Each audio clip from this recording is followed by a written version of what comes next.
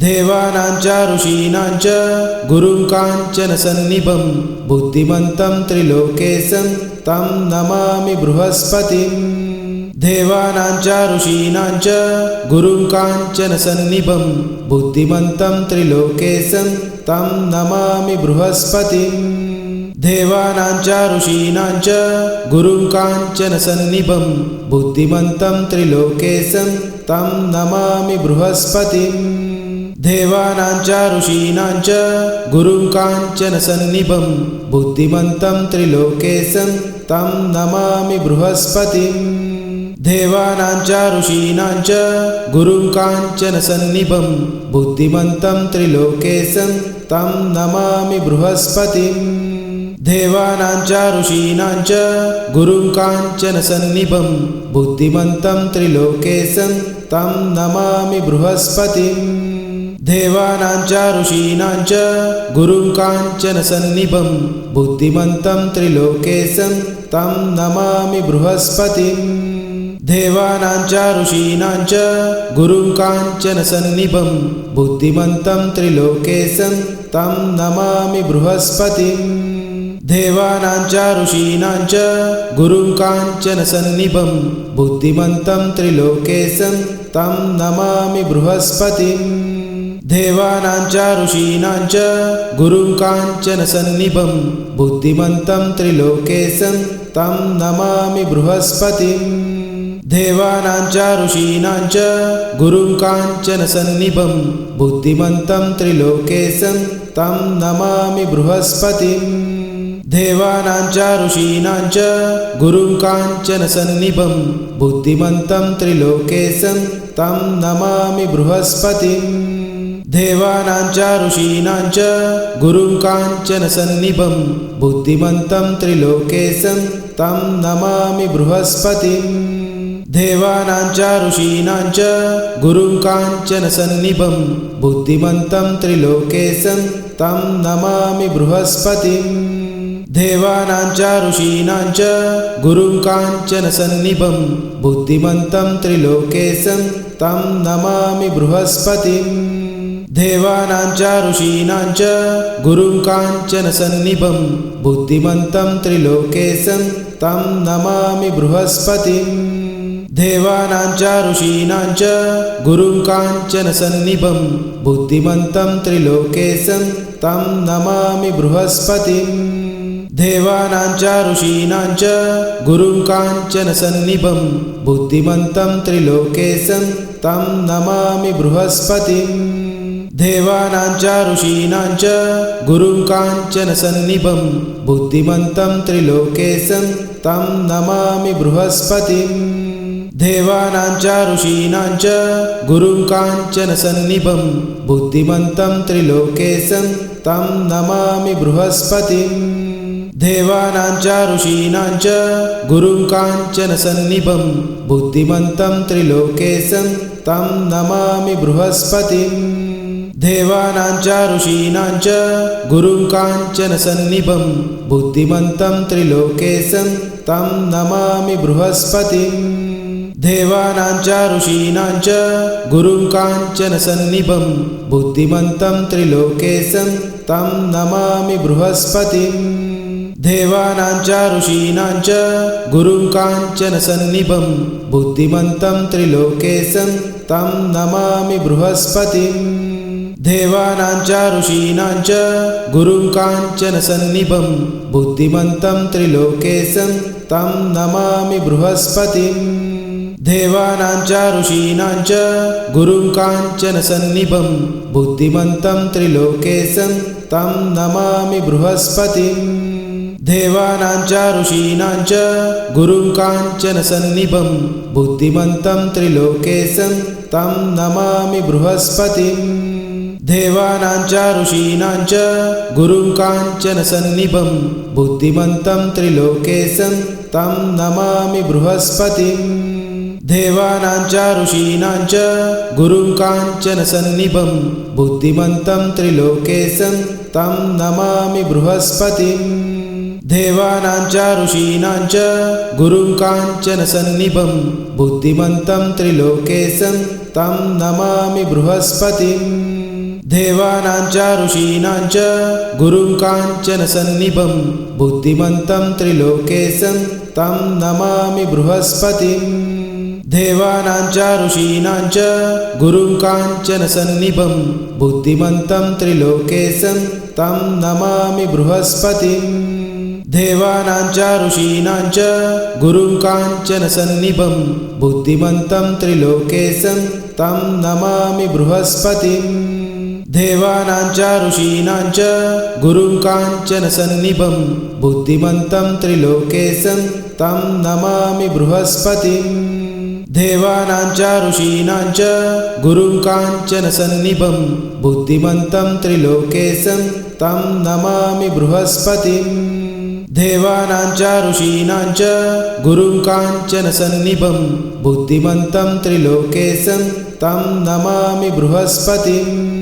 देवानां च ऋषीणां च गुरुं काञ्चन सन्निभं बुद्धिमन्तं त्रिलोकेशं तं नमामि बृहस्पतिं देवानां च ऋषीणां च गुरुं काञ्चन सन्निभं बुद्धिमन्तं त्रिलोकेशं तं नमामि बृहस्पतिं देवानां च ऋषीणां च गुरुं काञ्चन सन्निभं बुद्धिमन्तं त्रिलोकेशं तं नमामि बृहस्पतिं देवानां च ऋषीणां च गुरुं काञ्चन सन्निभं बुद्धिमन्तं त्रिलोकेशं तं नमामि बृहस्पतिं देवानां च ऋषीणां च गुरुं काञ्चन सन्निभं बुद्धिमन्तं त्रिलोकेशं तं नमामि बृहस्पतिं देवानां च ऋषीणां च गुरुं काञ्चन सन्निभं बुद्धिमन्तं त्रिलोकेशं तं नमामि बृहस्पतिं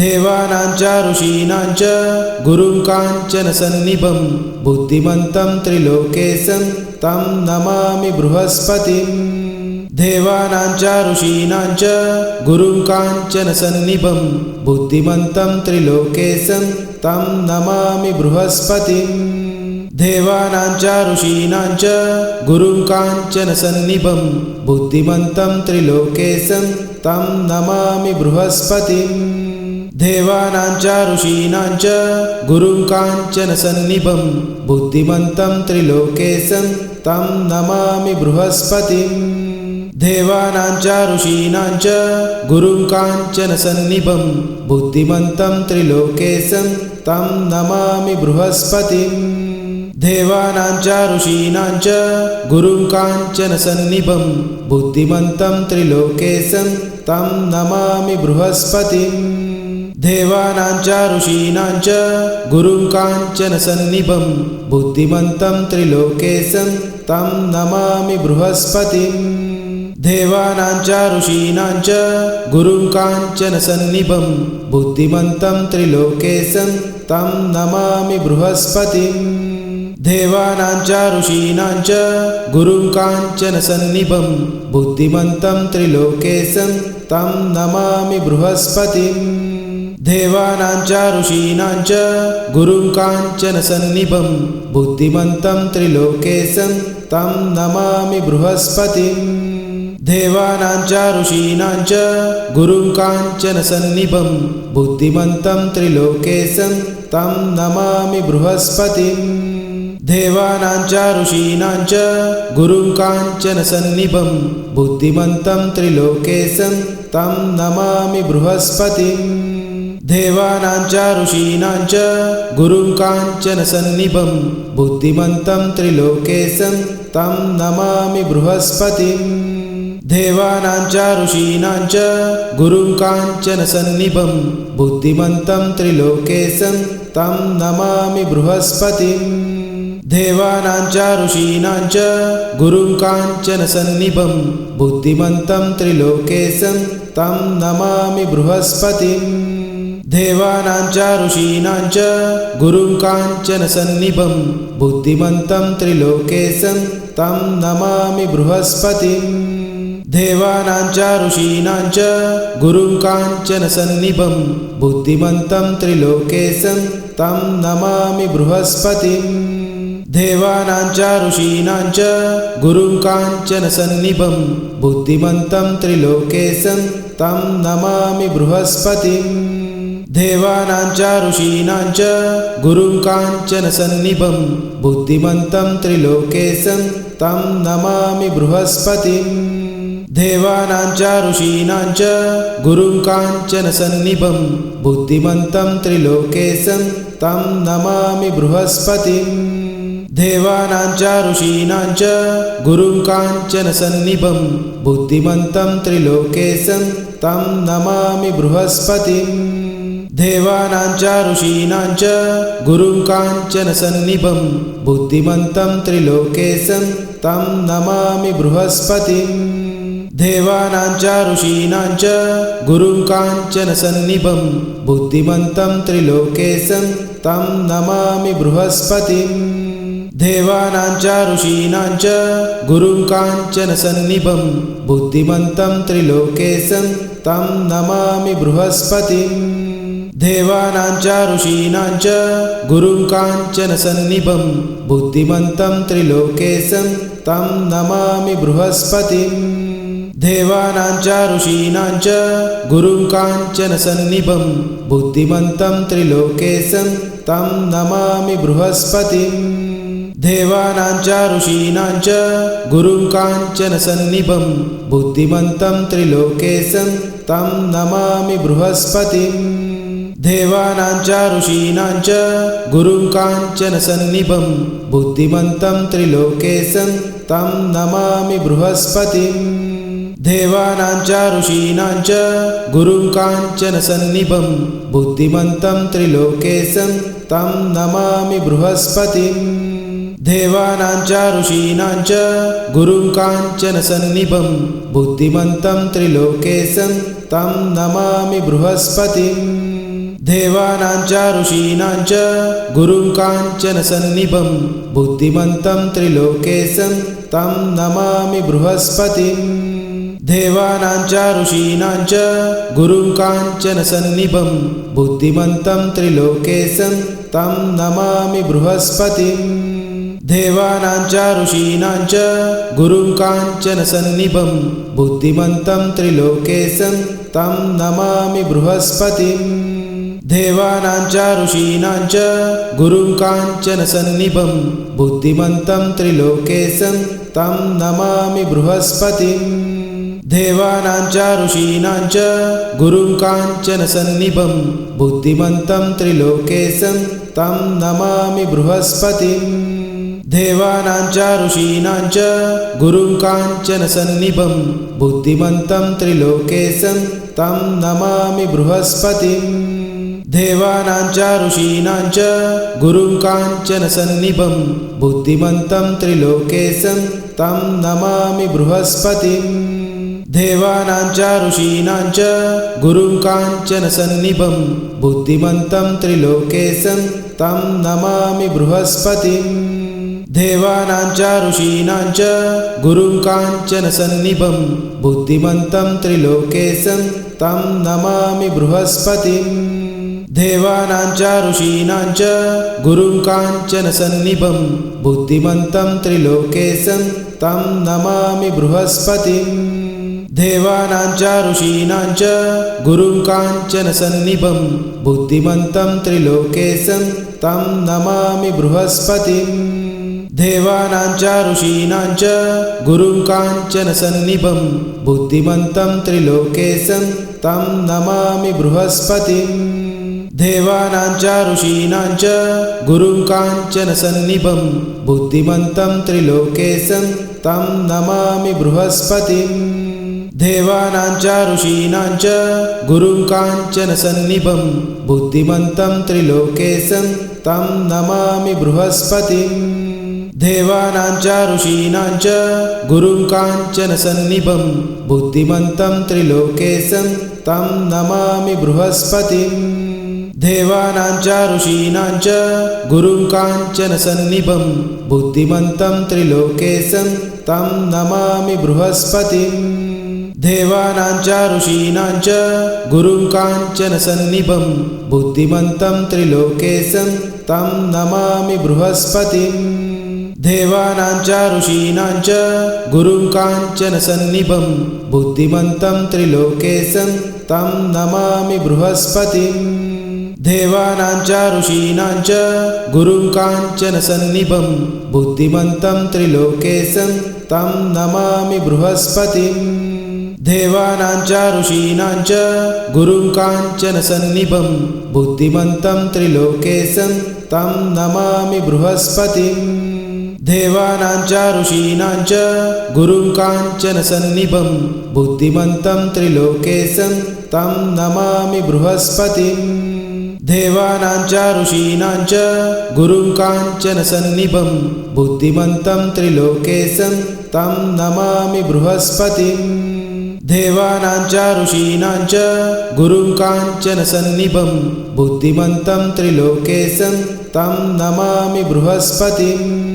देवानां च ऋषीणां च गुरुं काञ्चन सन्निभं बुद्धिमन्तं त्रिलोकेशं तं नमामि बृहस्पतिं।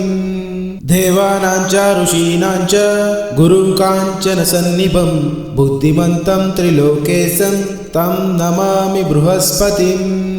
देवानां च ऋषीणां च गुरुं काञ्चन सन्निभं बुद्धिमन्तं त्रिलोकेशं तं नमामि बृहस्पतिं। देवानां च ऋषीणां च गुरुं काञ्चन सन्निभं बुद्धिमन्तं त्रिलोकेशं तं नमामि बृहस्पतिं। देवानां च ऋषीणां च गुरुं काञ्चन सन्निभं बुद्धिमन्तं त्रिलोकेशं तं नमामि बृहस्पतिं। देवानां च ऋषीणां च गुरुं काञ्चन सन्निभं बुद्धिमन्तं त्रिलोकेशं तं नमामि बृहस्पतिं। देवानां च ऋषीणां च गुरुं काञ्चन सन्निभं बुद्धिमन्तं त्रिलोकेशं तं नमामि बृहस्पतिं। देवानां च ऋषीणां च गुरुं काञ्चन सन्निभं बुद्धिमन्तं त्रिलोकेशं तं नमामि बृहस्पतिं। देवानां च ऋषीणां च गुरुं काञ्चन सन्निभं बुद्धिमन्तं त्रिलोकेशं तं नमामि बृहस्पतिं। देवानां च ऋषीणां च गुरुं काञ्चन सन्निभं बुद्धिमन्तं त्रिलोकेशं तं नमामि बृहस्पतिं। देवानां च ऋषीणां च गुरुं काञ्चन सन्निभं बुद्धिमन्तं त्रिलोकेशं तं नमामि बृहस्पतिं। देवानां च ऋषीणां च गुरुं काञ्चन सन्निभं बुद्धिमन्तं त्रिलोकेशं तं नमामि बृहस्पतिं। देवानां च ऋषीणां च गुरुं काञ्चन सन्निभं बुद्धिमन्तं त्रिलोकेशं तं नमामि बृहस्पतिं।